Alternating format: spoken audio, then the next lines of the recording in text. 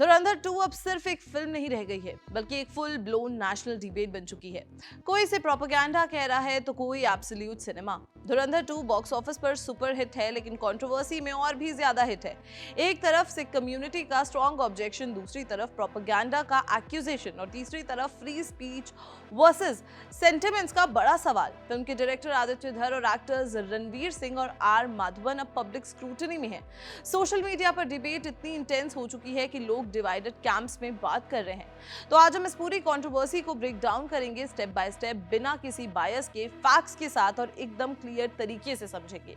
ये सिर्फ एक फिल्म की कहानी नहीं है, ये इंडिया के कल्चरल, पॉलिटिकल और सोशल फॉल्ट लाइंस को रिफ्लेक्ट करती है। सबसे पहला एंगल आता है सिख कम्युनिटी का ऑब्जेक्शन, जो कि रिसेंट है। मुंबई के मुलिंद पुलिस स्टेशन में एक एफआईआर फाइल हुई, जिसमें फिल्म के मेकर्स और आर माधवन पर एलिगेशन लगाया गया कि उन्होंने सिख रिलीजियस सेंटिमेंट्स को हर्ट किया है। कंप्लेंट फाइल की गई बाय गुरजीत सिंह खेर, जो सिख्स इन महाराष्ट्र ऑर्गेनाइजेशन के प्रेसिडेंट है। इशू क्या है? एक पर्टिकुलर सीन है जहां एलिजिडली गुरबानी का पाठ हो रहा है और कैरेक्टर स्मोकिंग कर रहा है। सिख रिलीजन में टोबैको स्ट्रिक्टली प्रोहिबिटेड है और गुरबानी का पाठ एक सीक्रेट एक्ट माना जाता है। तो जब दोनों चीजें एक फ्रेम में आती हैं तो नेचुरली आउटरीच होता है। ये सिर्फ एक सीन नहीं, बल्कि आइडेंटिटी और रिस्पेक्ट का मैटर बन चुका है। जो वर्स इस कंट्रोवर्सी का सेंटर बना दसम ग्रंथ से है, जो गुरु गोविंद सिंह जी से एसोसिएटेड है। ये वर्स ब्रेवरी और राइटियसनेस का कंटेक्स्ट में लिखा गया है, स्पेशली ऑपरेशन के अगेंस्ट लड़ाई के लिए।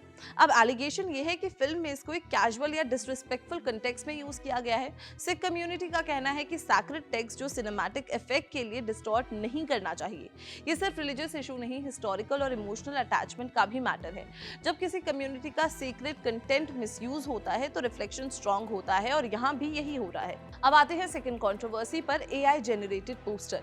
एक वायरल इमेज में एक टर्बनेटेड सिख कैरेक्टर सिगरेट पकड़े हुए दिखाया गया है, जो लोगों को डीपली ऑफेंसिव लगा। लेकिन ट्विस्ट ये है कि लेटरली ये क्लैरिफाई हुआ कि ये पोस्टर असली नहीं था, ये एक fan made AI generated image थी।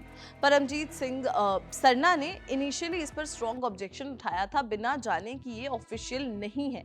सिख कोड ऑफ कंडक्ट में टोबैको को बजर को रहित माना जाता है, मतलब एक ग्रेव वायलेशन, इसलिए रिएक्शन इंटेंस था। लेकिन जब सच सामने आया कि ये फेक पोस्टर है, तब नैरेटिव थोड़ा शिफ्ट हुआ, लेकिन डैमेज ऑलरेडी हो चुका था और आउटरीच ऑलरेडी फैल चुका था। ये पूरा एआई पोस्टर इंसिडेंट एक बड़ा लेसन भी देता है डिजिटल मिस इन्फॉर्मेशन का। आज के टाइम में एआई टूल्स इतने पावरफुल हो गए हैं कि रियल और फेक डिफरेंशिएट करना मुश्किल हो गया है। इस केस में भी लोगों ने अज्यूम कर लिया कि पोस्टर ऑफिशियल है और आउटरीच तुरंत स्टार्ट हो गया।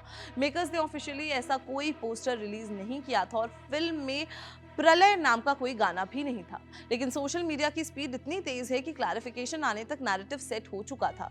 ये सिचुएशन दिखाती है कि कैसे miss information real world tensions create कर सकती हैं, स्पेशली जब बात रिलीजन जैसे सेंसिटिव टॉपिक की हो। कंट्रोवर्सी यही नहीं रुकती। गुरजोत सिंह ने ओपनली कॉल दिया प्रोटेस्ट का और बोला कि अगर अपॉलॉजी नहीं आई तो सिख कम्युनिटी एक्शन ले सकती है। उन्होंने ब्लैक फ्लैग्स दिखाने की बात की। ये स्टेटमेंट सिचुएशन को और हीटेड बना देते हैं, लेकिन साथ ही ये भी इंपॉर्टेंट है कि उन्होंने पीसफुल प्रोटेस्ट की भी बात कही। इंडिया जैसे डाइवर्स कंट्री में रिलीजियस सेंसिटिविटी का इशू बहुत डेलिकेट होता है। एक तरफ फ्रीडम ऑफ एक्सप्रेशन है, दूसरी तरफ रिस्पेक्ट फॉर बिलीव्स। जब ये दोनों कोलाइड करते हैं तो कंट्रोवर्सी ऑलमोस्ट इररिवर्टिबल हो जाती है। अब एंट्री होती है एक और मेजर वॉइस की, ध्रुव राठी। उन्होंने फिल्म को डायरेक्टली ब्रेन रॉट और प्रोपेगेंडा लेबल कर दिया है। उनका कहना है कि डायरेक्टर आदित्य धर ने सबटल प्रोपेगेंडा से अब ब्लेटेंट मैसेजिंग पर आ चुके हैं। राठी ने सोशल मीडिया पर कंपेयर भी किया 500 रुपए की मूवी वर्सेस 500 रुपए का एआई कोर्स। ये क्लियरली एक स्ट्रॉन्ग ओपिनियन है, लेकिन पर यह भी रिफ्लेक्ट करता है कि फिल्म सिर्फ एंटरटेनमेंट नहीं बल्कि एक पॉलिटिकल डिबेट का पार्ट बन चुकी है। प्रोपेगेंडा एलिगेशन का मेन बेस है फिल्म में रियल वर्ल्ड रेफरेंसेस का यूज। काफी लोगों ने हाईलाइट किया कि फिल्म में इवेंट्स जैसे कि 2024 general election, oath taking ceremony, 2016 Indian demonetisation के क्लिप्स यूज किए गए हैं। क्रिटिक्स का कहना है कि ये नैरेटिव को इन्फ्लुएंस करते हैं और फिक्शन और रियलिटी के बीच लाइन ब्लर करते हैं।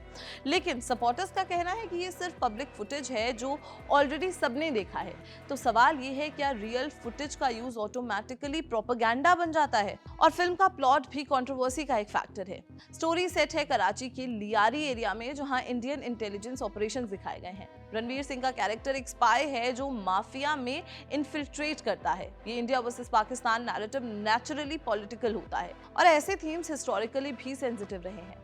जब सिनेमा जियोपॉलिटिक्स को टच करता है तो रिएक्शन स्ट्रॉन्ग होते हैं। ये कोई नया ट्रेंड नहीं है, लेकिन सोशल मीडिया के एरा में इसका इम्पैक्ट मल्टीप्लाई हो जाता है। इस डिबेट में क्लियर डिवाइड है, क्रिटिक्स वर्सेस सपोर्टर्स।